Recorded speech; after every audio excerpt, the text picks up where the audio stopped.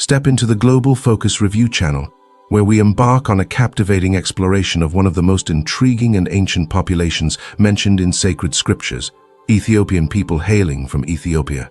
This diverse community encompasses several tribes in the Ethiopian region, featured in biblical passages within the Semitic traditions of ancient Arabs, Jews, and even contemporary Samaritans.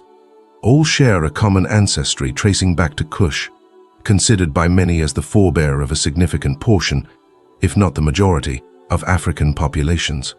In this video, we will delve specifically into Ethiopia, unraveling its ancient biblical, linguistic, genetic, and other facets.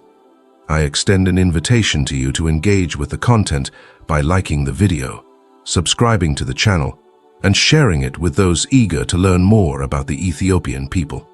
This episode marks another installment in our series, The Origin of Peoples According to the Bible.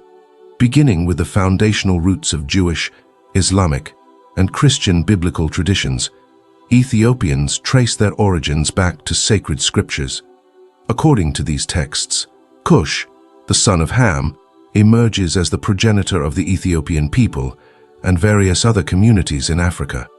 However, translations often interpret biblical terms related to Kush as referencing either Ethiopia specifically or, more broadly, the African continent. The term Kushite, or connected to Kush, may encompass diverse African tribes and peoples, notably Ethiopians, Sudanese, Eritreans, and Somalis. In both Hebrew and Aramaic, the word Kush carries the meaning of black or dark. Christianity holds a pivotal role in Ethiopia's history, marking it as one of the earliest nations outside the Middle East to embrace this faith. The influence of Christianity in Ethiopia dates back to the 4th century AD when King Ezana of Axum converted, becoming the first monarch to adopt this faith. Ethiopian Orthodox Christianity, known as Tewahedo, played a crucial role in shaping the country's cultural and spiritual identity. The Ethiopian Orthodox Tewahedo Church stands as the spiritual center of Orthodox Christianity in Ethiopia, boasting distinctive liturgical traditions and unique architectural features in its churches. Notable sacred sites include the rock-hewn churches of Lalibela, a collection of 11 monolithic stone-carved churches from the 12th century, recognized as a UNESCO World Heritage Site. Christianity in Ethiopia intertwines deeply with everyday life, influencing spirituality, culture, ethics, and social traditions. Christian festivals like Tinkit, Epiphany, are celebrated with fervor, featuring colorful processions, prayers, and traditional rituals. Additionally, Ethiopia's mention in various passages of the Bible further contributes to its significance within the realm of Christianity. In Ethiopian tradition, it is believed that the Ark of the Covenant, which contains the tablets of the law, is preserved in the city of Axum, making it a sacred pilgrimage site.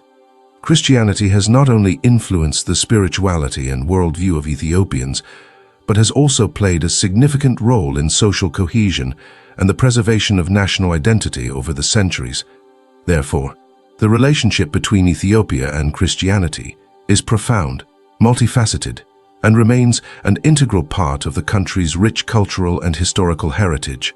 Regarding the linguistics of ancient and contemporary Ethiopians, until the fall of the Derg regime, Amharic, not to be confused with the Aramaic language, served as the sole official language in government administration, courts, the church, and primary education. However, in the 17th century during the Zemin Mesafint and under the rule of the Gassic dynasty, the Aro language began to be used as the official language in the royal court of the Ethiopian Empire. After 1991, Amharic was gradually replaced in many areas by other official government languages such as Aro, Somali, and Tigo. English emerged as the most prevalent foreign language taught in all secondary schools. According to a 2007 Ethiopian census and the CI World Factbook, the main languages in Ethiopia, as per the same census, are primarily Aro, followed by Amharic, and then Somali. Tigrinya is in 4th place, followed by Sidamo, Afar, Hadia, and Egel. Additionally, various Semitic languages like Gurag, Harari, Silti, and Araba are included, along with Arabic due to the presence of Islam in Ethiopia, English, and, to a lesser extent, Italian are spoken by a small Italian minority in the region. In antiquity, around 1980 BC, DMT was established in present-day Eritrea and the Tigray region of Ethiopia, extending southward to the Arabian region, including present-day Yemen. The capital of this government was located in Ye, where northern Ethiopia is situated today. While some modern historians consider this civilization native to Ethiopia, others suggest that it was influenced by the Semitic kingdom of Sheba. Gizi, an ancient Kushitic Semitic language, is believed to have developed independently of the Sabaean language around 2000 BC. Other speakers of Semitic languages already lived in Ethiopia and Eritrea at that time, where Gizi developed as a Kushitic language. The influence of the kingdom of Sheba is now considered minor, limited to some localities and fading over several decades or even a century. It may have been a commercial or military colony in alliance with the Ethiopian civilization of DMT. The Axumite kingdom, politically integrated from at least 100 BC, emerged independently, thriving from the 1st century AD and dominating the Red Sea and Northeast Africa in the current location between northern Ethiopia and the Tigray region. In the Tigray region, there exist diverse ethnic groups, all tracing their ancestry back to the ancient Kittic origin as descendants of Kush. These groups are primarily categorized into the Aero, representing approximately 34.4% of the Ethiopian population, followed by the Amera, constituting 27%. The Salies come in third place, representing 6.2%. Other significant ethnic groups include the Tsidas, Gores, Wellers, Afar, Hadas, and Gamos. Turning to the religious landscape in Ethiopia, according to the CI World Factbook, the majority is comprised of Ethiopian Orthodox Christians, making up 43.8% of the population. Muslims, followers of the Islamic faith, come in second place at 31.3%, and surprisingly, Protestantism holds third place with Protestant Christians accounting for 22.8%. Delving into the genetic aspect in Ethiopia, particularly concerning the autosomal DNA of the Ethiopian people and their ancient tribes, studies reveal intriguing information. Autosomal DNA analysis on individuals from Kittic and Semitic ethnic groups, mainly in the northern part of the country, such as the Aro, Amharic, Tigra, and Gag, indicates that approximately 40% of their autosomal ancestry originates from an ancient non-African migration from the Middle East. The remaining 60% of their DNA has native African origins, tracing back to a very ancient population in the Horn of Africa. This genetic diversity reflects the rich history and multiple cultural influences shaping Ethiopia's ethnic composition over centuries.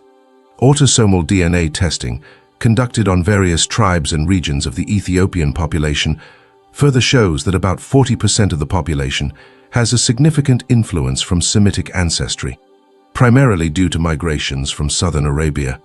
This blending resulted in notable unions and intermingling, giving rise to contemporary Ethiopians, such as the Aro, Amhara, Tigra, and Gag, who exhibit marked Semitic ancestry in their genetic makeup. It is essential to note that this study does not represent the entire Ethiopian population, and there are isolated tribes maintaining their genetics entirely pure, more African and native, without Semitic mixture. This diversity among Ethiopian ethnic groups highlights the complex history and heritage of the region. In conclusion, understanding the origins of ancient peoples, their cultural influences, and genetic diversity is crucial. If you have suggestions for other peoples you'd like to see represented in future videos, please leave them in the comments, subscribe to the channel, and share this video. Your support is vital in our ongoing studies. Thank you, and may everyone be blessed. Looking forward to seeing you soon.